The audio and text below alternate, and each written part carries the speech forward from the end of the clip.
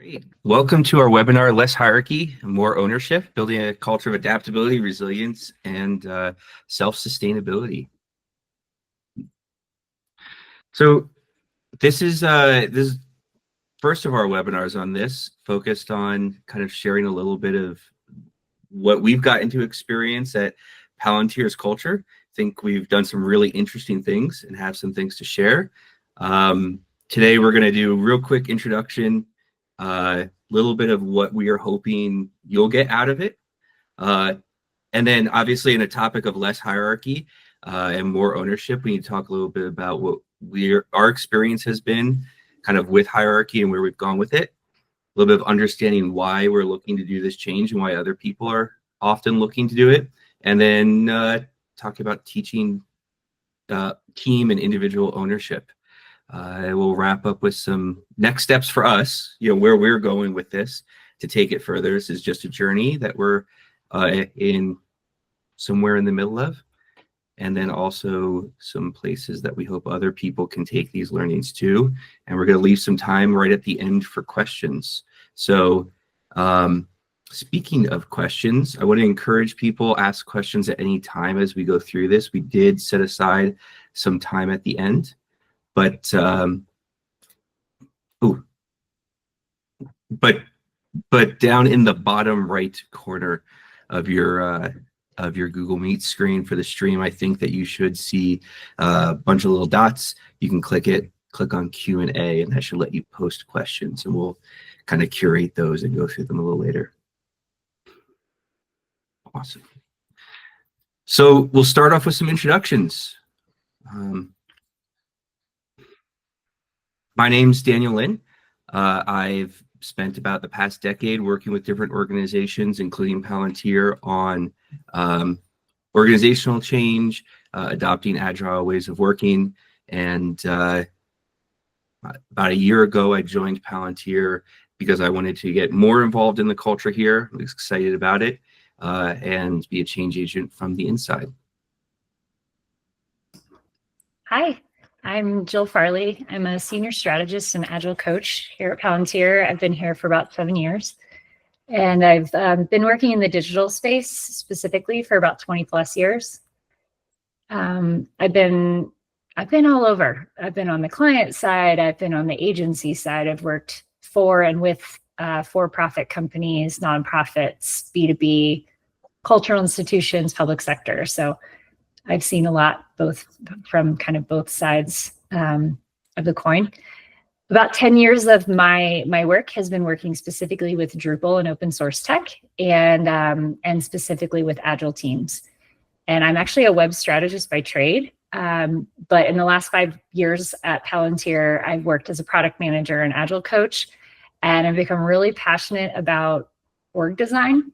And I've sort of been voraciously learning all I can about self-organization and progressive ways of working. And kind of bottom line, I love people, and whatever makes people's work life better, I'm here for it. So that's sort of where my interest began in this sort of subject matter. Hello, I'm Maggie Lewis, and my title is Chief of Staff. And like Jill, I've been here almost 7 years. And I am particularly interested in change management and design thinking in support of change management and building more human-centered organizations. If you think about human-centered design and how does that translate into healthy organizations. And I've been involved in this journey since my start at Palantir, and it's been fascinating, learned a lot. And we're still on the journey. I don't think we'll ever be finished, but it's a pretty cool one. And from the organizations I've been able to observe in my career, it's a pretty special, unique place to be. And we're excited to share about our journey with you. So next, maybe a little bit of what you're in for today, and what prompted this. Palantir.net is, over the past decade, worked on refining its structures and its processes to build up this culture that that reduces some of the hierarchy, but also emphasizes ownership and engagement. And like Maggie just said, we think that we've gotten some really interesting breakthroughs. We've created an amazing culture here, and we just want to tell our story, share it with other people, with the hopes that other people who are on similar journeys can learn from our successes and some of our mistakes. So today in this topic, what we want to focus on, so we're going to share some of those wins and failures. But we're going to give a bit of a big picture look at some of why we're doing this, why we've gone on this particular journey, some of the things that we've had to learn along the way and develop inside of the organization. And we want to leave you with some concrete things that you can then grab and leave with in today's webinar. Just to recap, in case we had anyone come in late, encourage people to ask questions as we go. I think down in the right-hand side of your window, you should see a little dot like this and the option to open up QA, and then we'll kind of curate those and make sure they get answered as we go through. If there's something that's relevant to a topic, maybe we'll answer it as we go, or we will just have a Q&A session at the end to go through it. Maggie and Jill, anything you want to add before we dive in? No. Okay. Ready to roll. Awesome. So, start this webinar title with less hierarchy. And it would make sense then to talk a little bit about how we see hierarchy. When we talk about hierarchy, what are we trying to talk about here, and why would we want to have less of it in the first place?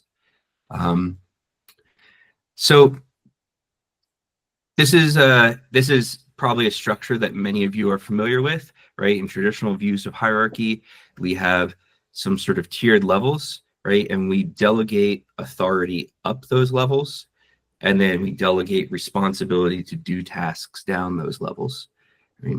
And this is, I think it's important to acknowledge that this is a very common structure. It's a very sound structure.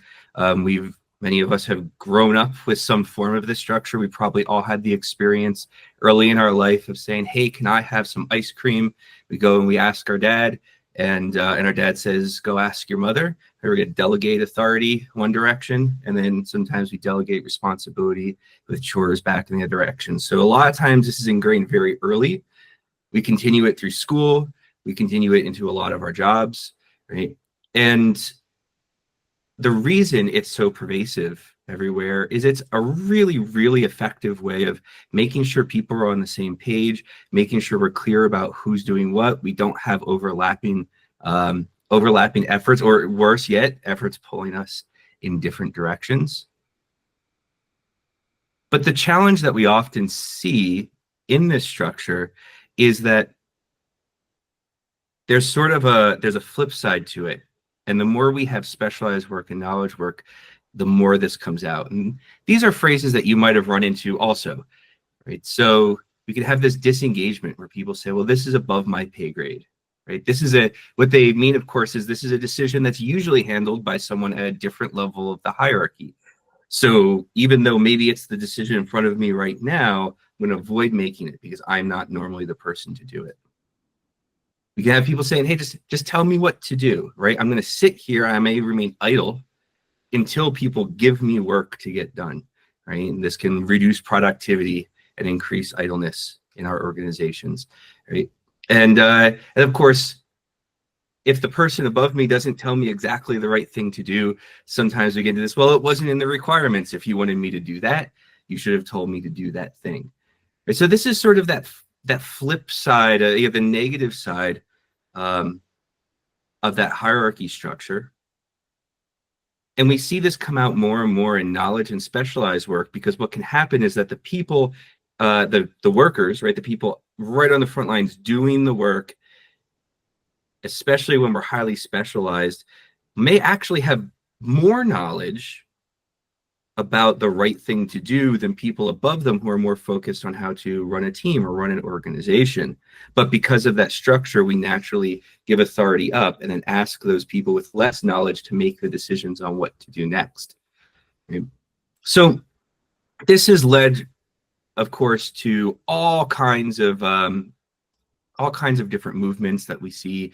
You have holacracy and movements towards self-organization and self-management. You have structures like agile and Kanban, lean management, TPS start showing up. And these are all forms of sort of self-organization, or just, we could umbrella call this less hierarchical organizations. Okay. So it's a term that's kind of come up more and more recently. Is just, there are a lot of ways to approach this, but just less hierarchical organizations. We want to rely on those structures, a little bit less as we get into those realms of high specialty, high knowledge area, high skills. And the idea, right, the promise behind a lot of these is the same. Instead of delegating authority up and responsibility down, right? Even where I do have a certain amount of hierarchy, so I don't mean like completely no hierarchy, but less hierarchy, I want to have increased perspective as I go up, and I want to delegate ownership down. So a really easy way to think about this is if I think about like in a factory floor, right? It's very physical, so I can imagine it very easily. The person who can see the whole floor, right? They're at the top of the hierarchy and they have a really big perspective. The people at the stations have a very narrow perspective, but great amounts of detail. And so that's the other part that's important for us to be able to deliver on the promise of less hierarchical organizations, is that we're sharing information and details up and sharing other information and context back down, allowing everyone to be effective at their particular level.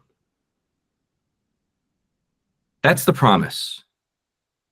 Unfortunately, what we find is that a lot of organizations that move toward less hierarchical organizational designs actually struggle and often move back to some of those hierarchical structures. So naturally leads to the question, why do many less hierarchical organizations fail in their effort to make this transformation? And one way that we can think of it is because that hierarchy structure is so pervasive in our experience, we rely on it so much. So we can think of it like the foundation of our house. Now, can you build a house without a foundation? Absolutely. There are tons of other ways to make your house stable. But if your house had a foundation and we just rip it out, then your house quickly looks like this. So this is what a lot of organizations are finding, is that in many subtle hidden ways, that hierarchical structure was the foundation for how their organization works. And when you rip it out, you create an incredibly unstable organization. And then you have to put those things back in to prop your organization back up. And Daniel, maybe I could jump in to talk a little bit about our specific organization as an example, which is what we're here to do today. Time travel back, I don't know, 8, maybe even 10 years, Palantir.net absolutely had a traditional hierarchy. We had managers, we had departments, we had, sort of project leads or account manager type folks.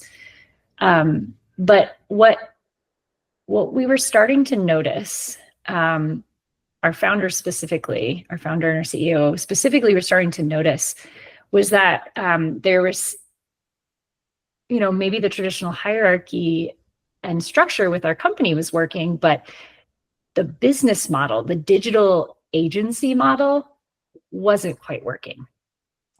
They were finding that it was sort of a race to the bottom. So they looked around and they saw that other digital agencies, web development shops, they would decrease prices to get business. And when that happened, they would have to make up for that by making people work harder and faster to increase profitability.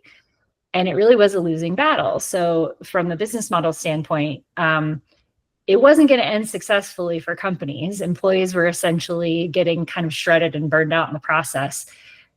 And what they came to was that they wanted our company, obviously, to be successful, but also be a place where they would want to work.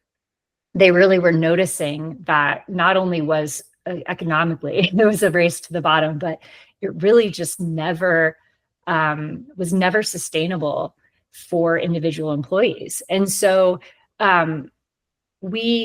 what they started to do is have this vision of how do we change the way that just how we approach business, but how do we approach, sort of employee engagement and management and retention. And one of the first shifts that they looked at was shifting to more of an agile structure on the team level. So how do we empower our teams to be a little bit more, have a little more authority and agency within their projects, and start to kind of teach those skills rather than having this hierarchy that sort of put a lot of different layers in between our clients and the folks who had the information over solving the problem. And so that was a transition that we made quite a few years ago. And then as we kind of continue to go through our agile transformation, what they realized is that was incredibly successful on the team level. Why wouldn't we broaden this out to the organizational and system level? So instead of it just being sort of this less hierarchy within teams, why not make it less hierarchy across the organization? And so that's when we started to move more toward this kind of higher level or organization-wide structure. And, we're lucky that even though our founders didn't know what every single milestone would be on the journey, they had the foresight to sort of look deeper at what change might be good for the sustainability of the business, good for our clients, and also good for employees. So that's kind of at least the very short version of how Palantir started to look at going on this journey. Awesome. Thank you. I don't know if you want to add anything else, Maggie, or. So we've set up a little bit of the challenge that we've been, that our organization faced here at Palantir.net, and I'm sure many of your organizations also run into this. Right, this is the same sort of challenge that thousands of organizations out there run into. I want to shift gears a little bit to, okay, how do we move forward? And right before I do this, I want to stress none of this was overnight. There were no light bulb moments. There was no, strike of lightning and, oh, now I've got it. What we want to share here is definitely reflection back. So this is many, many, many steps. And then looking back, what do we realize we discovered along the way, and how do we package that into a nice couple of slides to share with you all? So any good change consultant will tell you that before I start any transformation or change, I need to understand my why. Why am I going on this journey in the first place? And one of the challenges with that, one of the reasons that so many organizations actually just jump to the what, is because what feels concrete. I want to implement Agile. I want to increase revenue. I want to, whatever that what is, that feels tangible. I can grab onto it. When we start talking about why and purpose and that sort of thing, it can feel so nebulous. I can't quite get my hands on it or articulate it. So it's really convenient that a few years ago, there was a study done of a large group of organizations that went on this journey that wanted to see, why do people go on this? And they were able to kind of pull all this information together and distill down 3 primary categories of motivations that organizations have to become less hierarchical. And they describe those this way. And we're going to get into each of these separately. And what I'd like to encourage you to do is think about, in your organization, if you're trying to go through this journey, which of these really resonate with you? So the first one is post-bureaucratic. And the goal of a post-bureaucratic organization is to have a very rapid response to market changes and customer needs, right? Innovation, adaptability. So that's what we're really looking for. How do I streamline my organization to be able to really quickly respond to different circumstances? The second one is humanistic management, where engagement and empowerment are really my primary goals. And this last one is kind of interesting. We'll get to it in a minute. Is organizational democracy, where I'm actually trying to create more of a democratic culture inside of my company. So let's dig into each of these just a little bit. First one, post-bureaucratic. So like I said, our goals: fast response to market, reduced overhead, faster decisions. Right. This is where we see things like agile, lean management, design thinking coming out. Anything that that pulls away some of the overhead and things that slow us down and allow us to directly respond, directly see things that are happening inside of our customer base, our market, and respond to it quickly. Right. And yeah, the usual catalysts we see around this are we're stuck as a market follower. We just can't move fast enough to lead our market. We might have unsustainable amounts of overhead where we just can't produce enough value to kind of keep up with all of that. We may have stuck projects that just sit in limbo forever. And we may have a disconnect from our customers.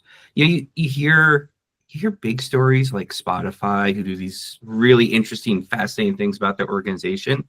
But I always love to talk about like the Intuit TurboTax effort, where it was just, hey, our projects are taking so long that we get outside of the tax year. It's hard for us to get done before the next tax year is ready. I got to shrink that time to market, right? It's not as glamorous of a story, but it's very tangible. Like that's a huge problem. I could see it, and I can understand, hey, I am going from a year and a half turnaround, which is unsustainable for a company like that. Let's just start by bringing it down to within the year, and then move it to a quarter, right? Very realistic sorts of goals for large organizations. That second was humanistic management. So the goals in humanistic management, kind of where you're focused on humanistic management, I want to empower employees, increase engagement, increase job satisfaction. I'm going to think things like intrinsic motivators, really leaning to that self-management approach. Theory X and Theory Y, which maybe use a more modern way of referring to this. Am I assuming that the people are just here sort of because I pay them? It gives a very transactional relationship with my employees?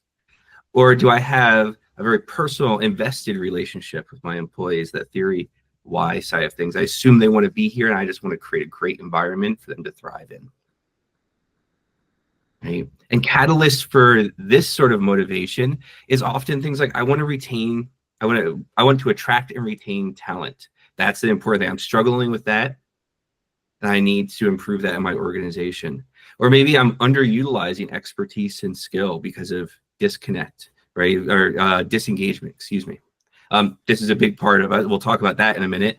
This is a big motivation for us. And if you've heard kind of the case studies around Bertzoig in Europe, right? Very similar thing, trying to get their talent and expertise of their employees engaged. Right. And then this third one, this is really interesting. The study I referred to before actually talked about how this is sort of fading away.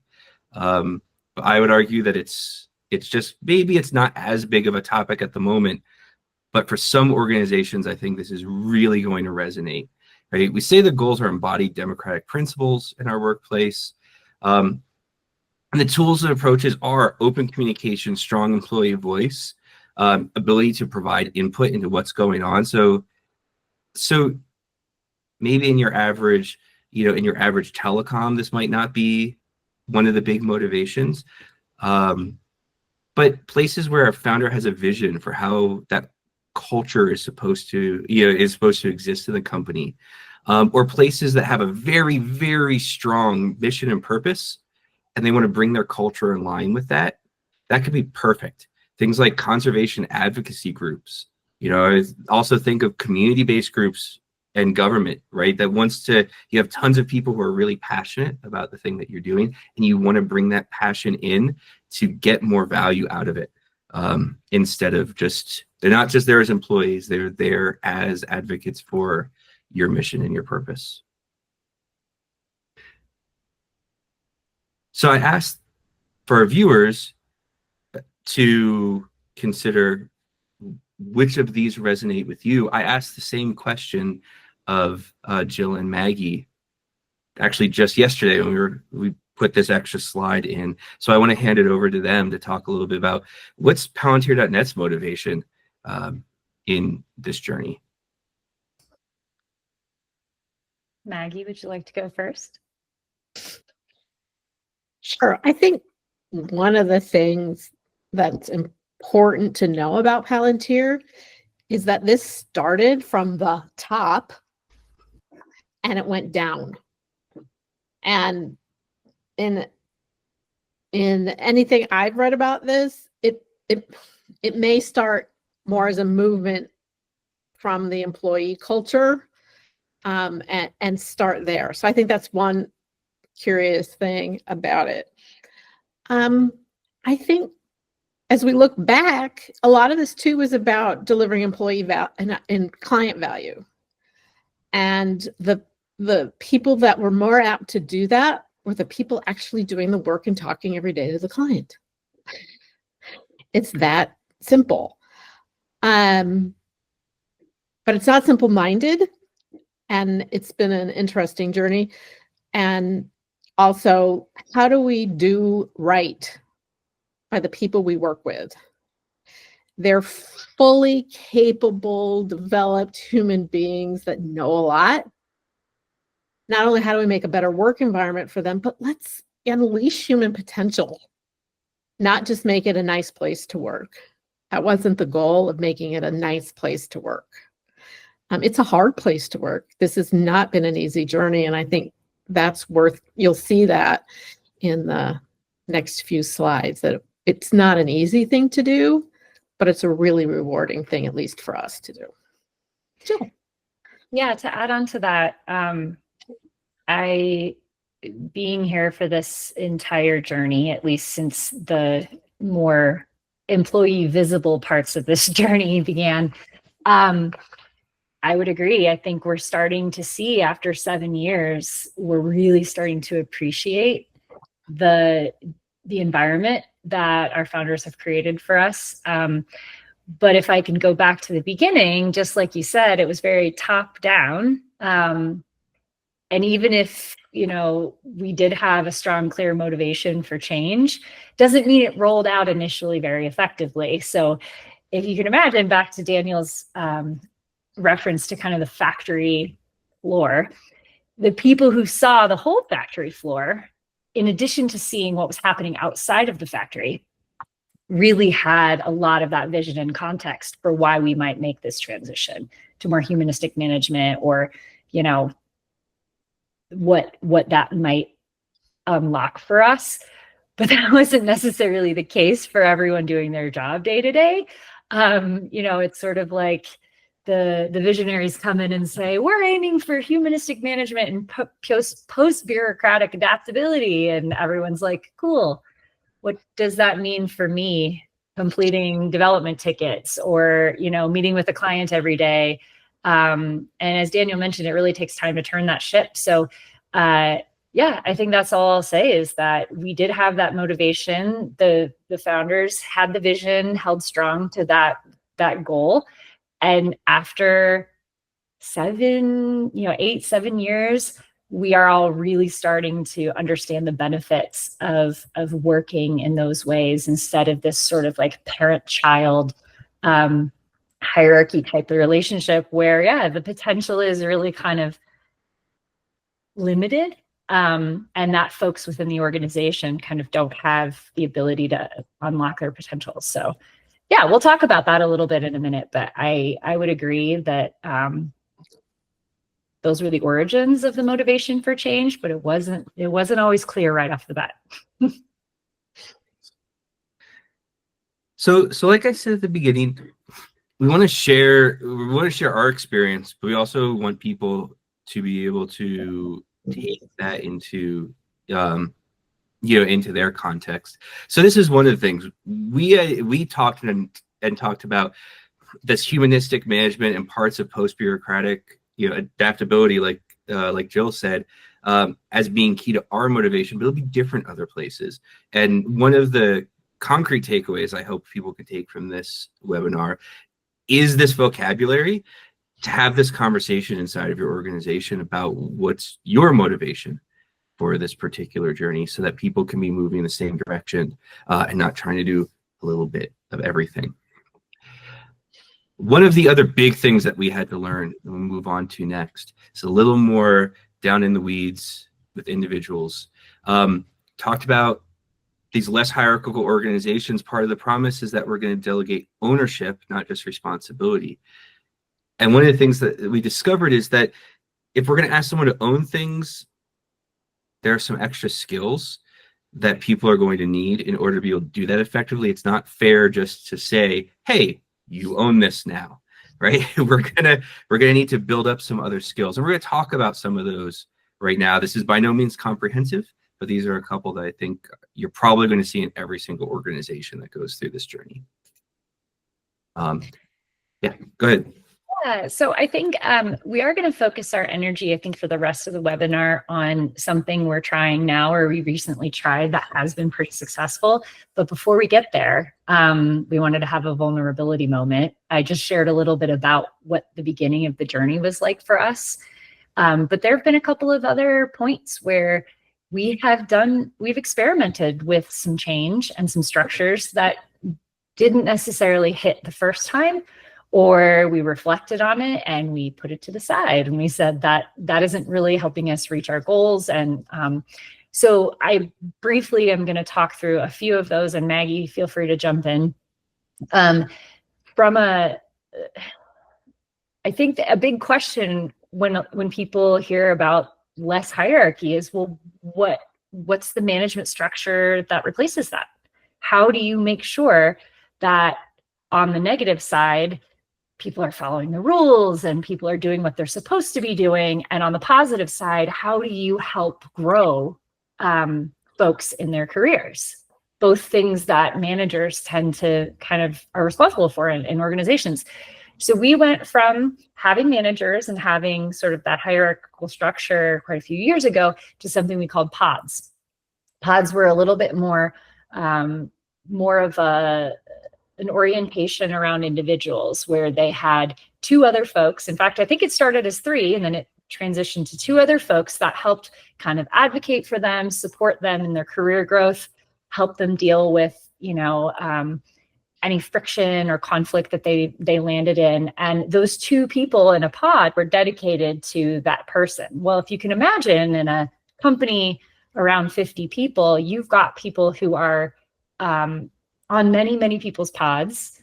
They're doing work, and in addition to, they're doing the project work in addition to supporting and advocating for individuals. Everyone had a pod. So we did that for quite a few years, I believe 5 years, if I'm correct, Maggie. That was a 5-year experiment. And what we found was that it did help people feel tethered. It helped especially junior employees feel like they could go to someone and ask advice and get mentorship and everything. But it was a heavy burden on quite a few people in the organization who were kind of serving as managers and mentors and coaches and conflict resolvers.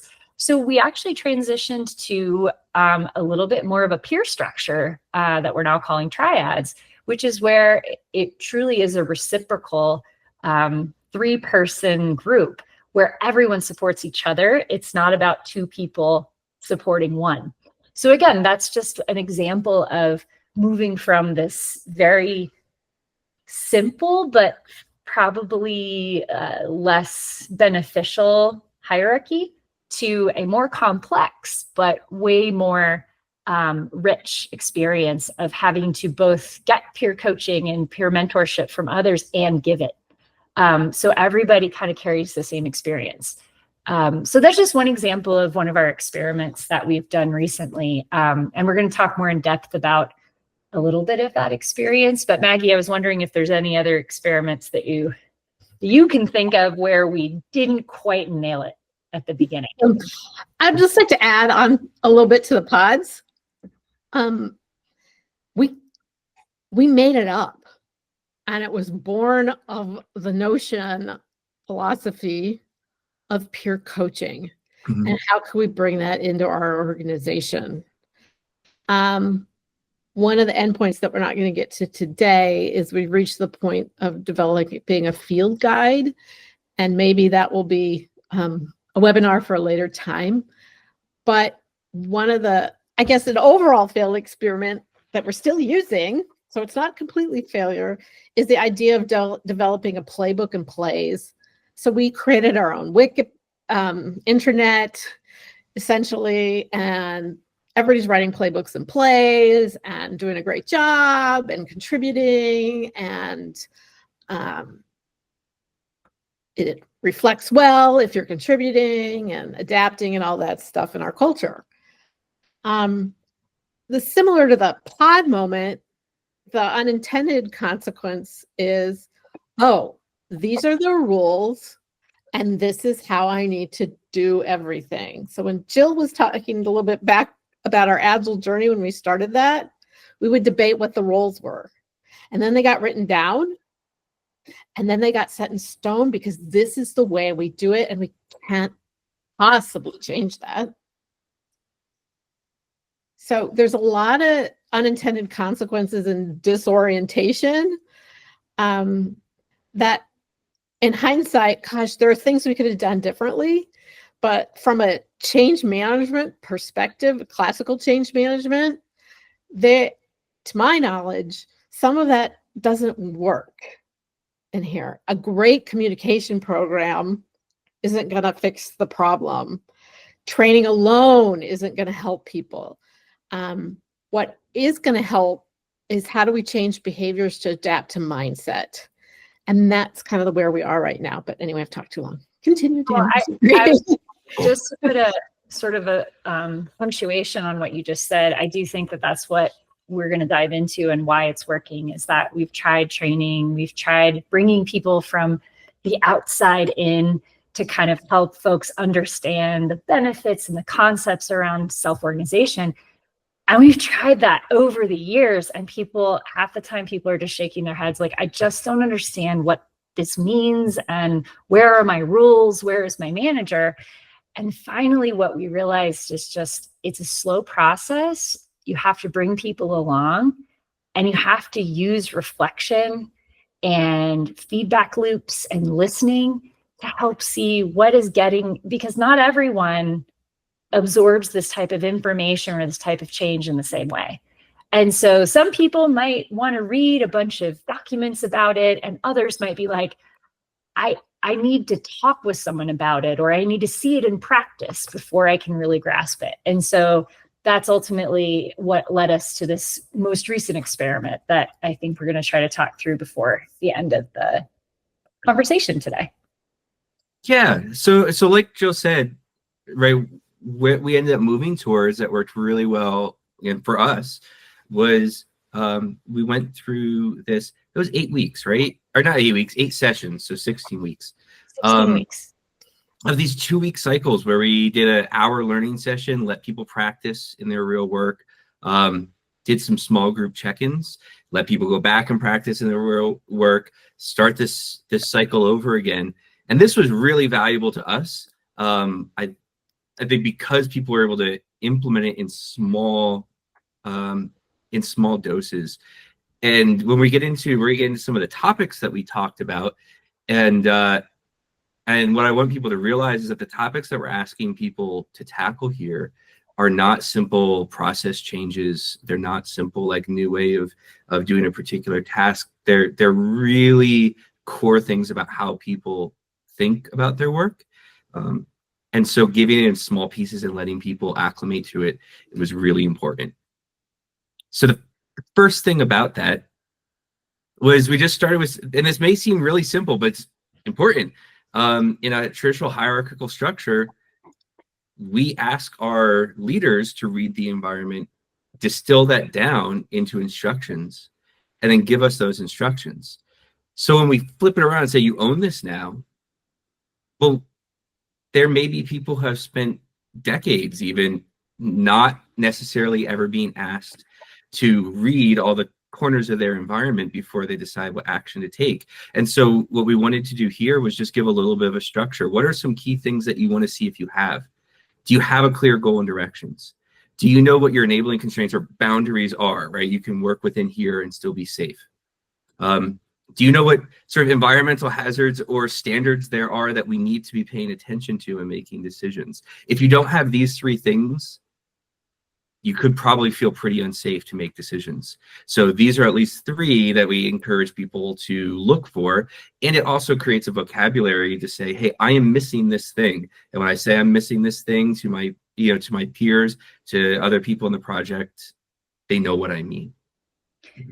And to get just a little bit more specific or tactical, how we did this, using that 2-week cycle structure, we introduced this whole idea of, hey, in order to make decisions confidently, you need to be able to read the environment and have these skills. We practiced with the support of the facilitators in that learning session. We asked them to even just start really small.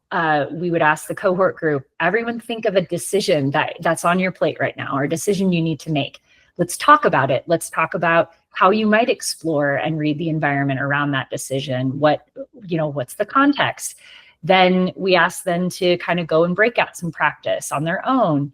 Then we asked them we sent them prompts throughout the next 2 weeks before the next learning session and prompted them to share back in a Slack group, is there a decision that you ran into where this was helpful? And so it was just this constant reinforcement and support without kind of more of this dominating teaching method. It was very supportive teaching method where folks could kind of just share with each other. And so we took it in small bites. And that's just an example of how we tackled this topic over the course of a 2-week cycle. And then we went back through this cycle for 3 additional topics.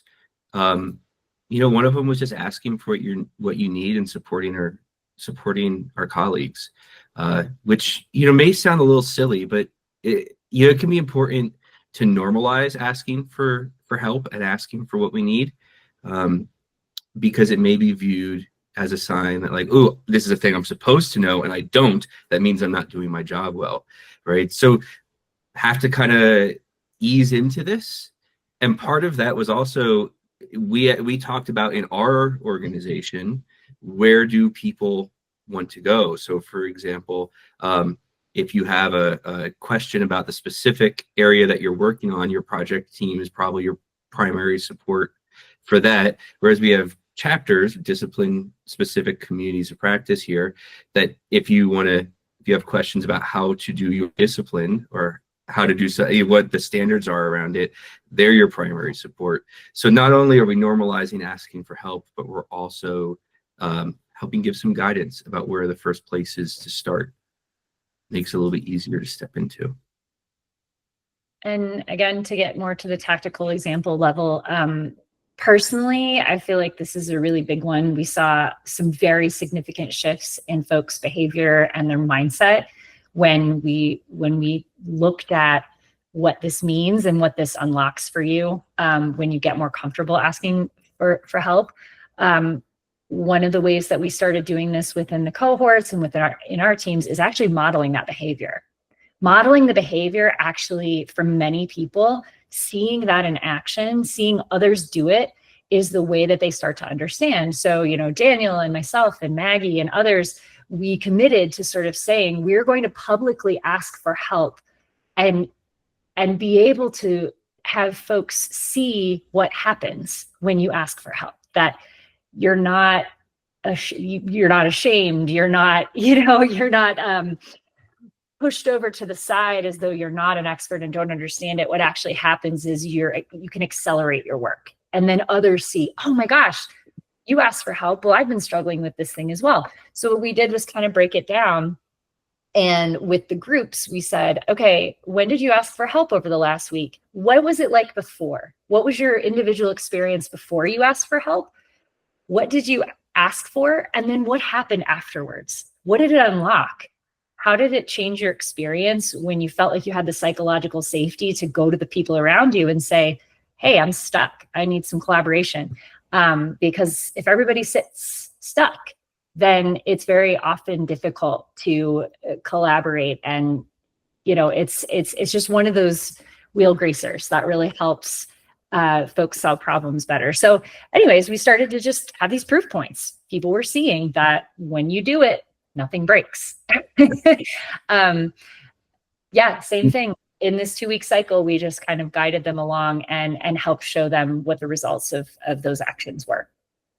And that leads us right into the next, this third topic, which was acting with intent. So encourage people, instead of asking what should I do, saying, hey, here's what I intend to do. Open yourself up for that, for feedback or challenges. Some people may already recognize, the model that we leverage. We utilize David Marquette's ladder of leadership. Here, we kind of co-opt it. The ladder of leadership from David Marquette focuses on the leader and encouraging ownership from people you're leading. And we kind of flipped that around and said, you don't have to wait for a leader to do this. You can just dive right in and start moving your way up this ladder. And this was, I think, a bit, once you have that asking for help and understanding your environment, this is the next big thing for people to really start taking ownership of their own decisions. One thing I want to note here, again, in practice, this was very similar to what we did with the prior 2 topics, was just practice and experience it for yourself. One kind of larger pattern that we started to notice was introducing time and space for reflection, to look back and say, okay, what are these skills that we've been building over the course of the last, couple of weeks? Let's reflect on how things might have changed for you, or what you've observed in your colleagues asking for help, or, stepping up and saying, I intend to, versus asking permission, and just giving them the time to sort of reflect on what's happening, really reinforced that understanding of these concepts, rather than just getting trained and move on. This reflection piece kind of helps solidify their belief in the fact that this stuff makes things better.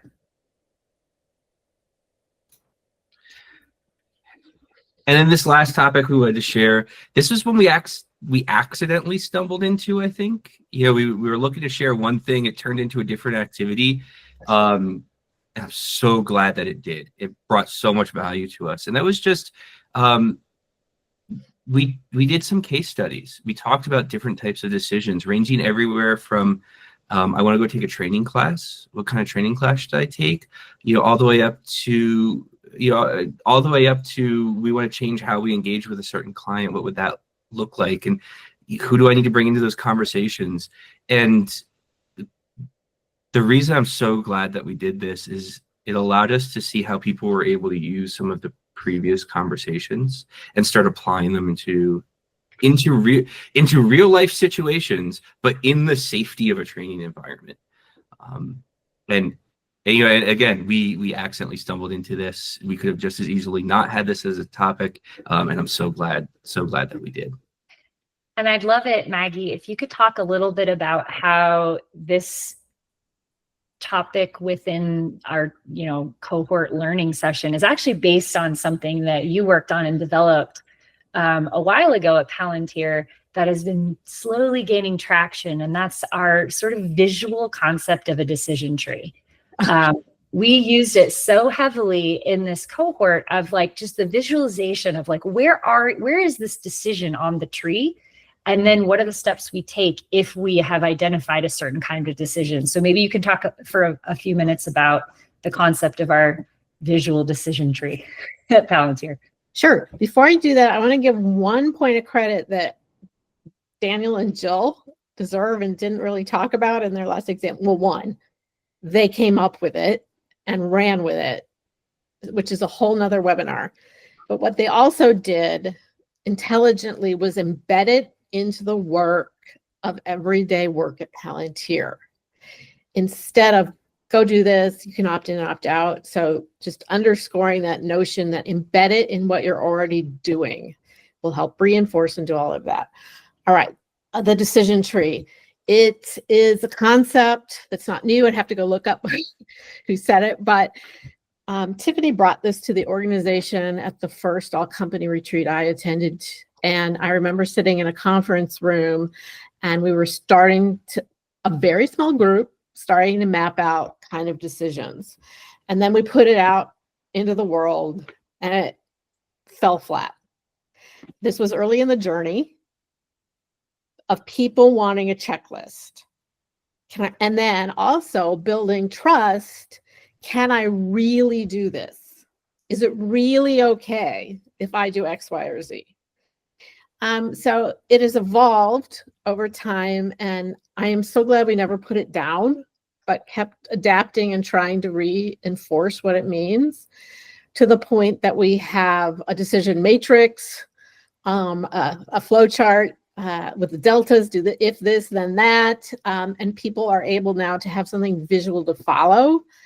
I personally am not good at making visuals, but fortunately we have people in the organization who are, that were able to take it and run with it and just build it into their day-to-day teamwork.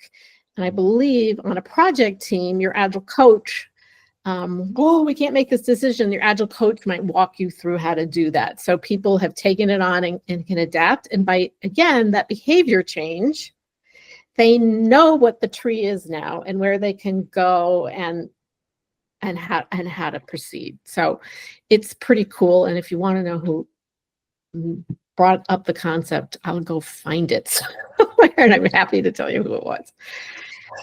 But Tiffany brought it to our organization and made some started For it. those who are watching, Tiffany is one of our CEOs. So we will likely name drop her in future sessions. But yeah, I just wanted to call that out so that, you know, we're bringing you in. You can feel like you're part of our team, first name basis.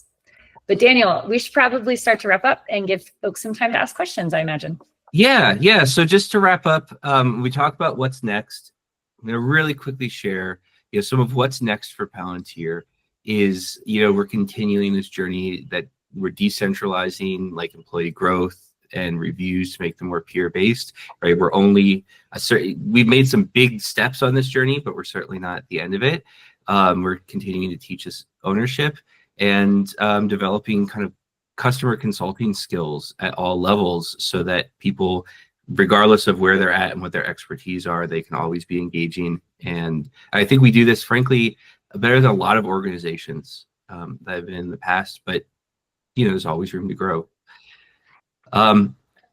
What's next for anyone watching this? I hope you can find your why. I hope there's opportunities to take some of these things back into your context. And I want to encourage anyone to reach out to us, ask questions, and share your stories when you try to apply this. Also love for anyone to share feedback on this webinar. There's a link and a QR code right here, and maybe we can drop that link into chat if I can ask Jill or Maggie to do that. Like I said, this is our first webinar of sharing some of our culture out to everyone else, and we'd like to do more. We'd like to know what's valuable to you all, and that survey will help us in doing that. Jill and I have put information into the Q&A. I put mine in the Q&A, and for some reason I couldn't access the chat, but they're there. And I would just underscore, if you're watching later, please fill out the survey and get in touch with us so that we may come up with, give you topics that might be of interest to you. We've learned a lot, and obviously we like sharing what we know. If you can't tell, we're highly engaged.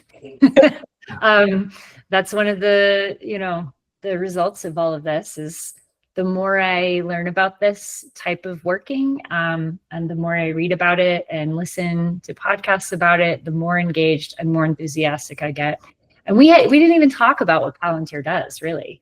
I think most of this is just about how we work. But the way that we use it, or the way it can be used, is really agnostic to what area you work in. We work in the digital space. Folks do this in, nursing and lots of all the types of companies that Daniel talked about. It's really possible anywhere. So yeah, hoping others can be as engaged and enthusiastic as we are about our jobs every day. Well, thank you for joining us. And if you're watching this later, thank you for watching this webinar. Again, please share any feedback. Love to see it and refine our message down a little more and see what people want to hear more about for future webinars.